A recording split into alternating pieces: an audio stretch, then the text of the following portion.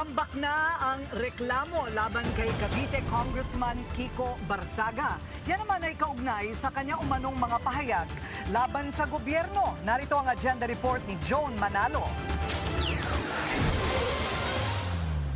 Naharap ngayon sa iba't ibang criminal complaint si Cavite 4th District Representative Kiko Barzaga. Sinampahan siya ng CIDG ng inciting to sedition complaint sa Quezon City Prosecutor's Office.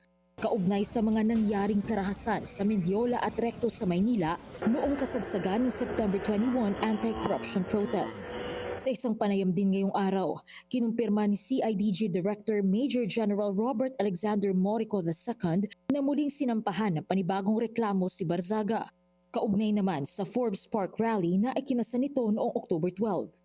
Hindi na nagbigay pa ng ibang detalye si Morico dahil ayaw niyang mapangunahan ang preliminary investigation na isinasagawa na ng mga otoridad.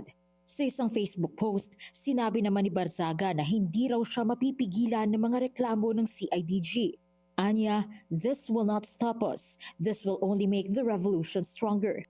Pinost din ni Barzaga sa social media ang umano'y kopya ng subpoena mula sa Quezon City Prosecutor's Office, kung saan inaatasan siyang magsumite ng counter affidavit. Base sa dokumento, pinahaharap si Barzaga ngayong November 18 at 25, kaugnay ng reklamong paglabag sa Article 142 o inciting to sedition at Article 138 o inciting to rebellion ng Revised Penal Code. Sinubukan naming kunan ng pahayag si Barzaga patungkol sa patong-patong na reklamo pero wala pa siyang tugon sa ngayon.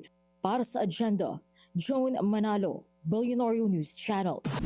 Manatiling nakatutok sa Billionario News Channel. Sumubaybay sa aming social media accounts at mag-subscribe sa aming YouTube channel para sa mga bago at eksklusibong balita.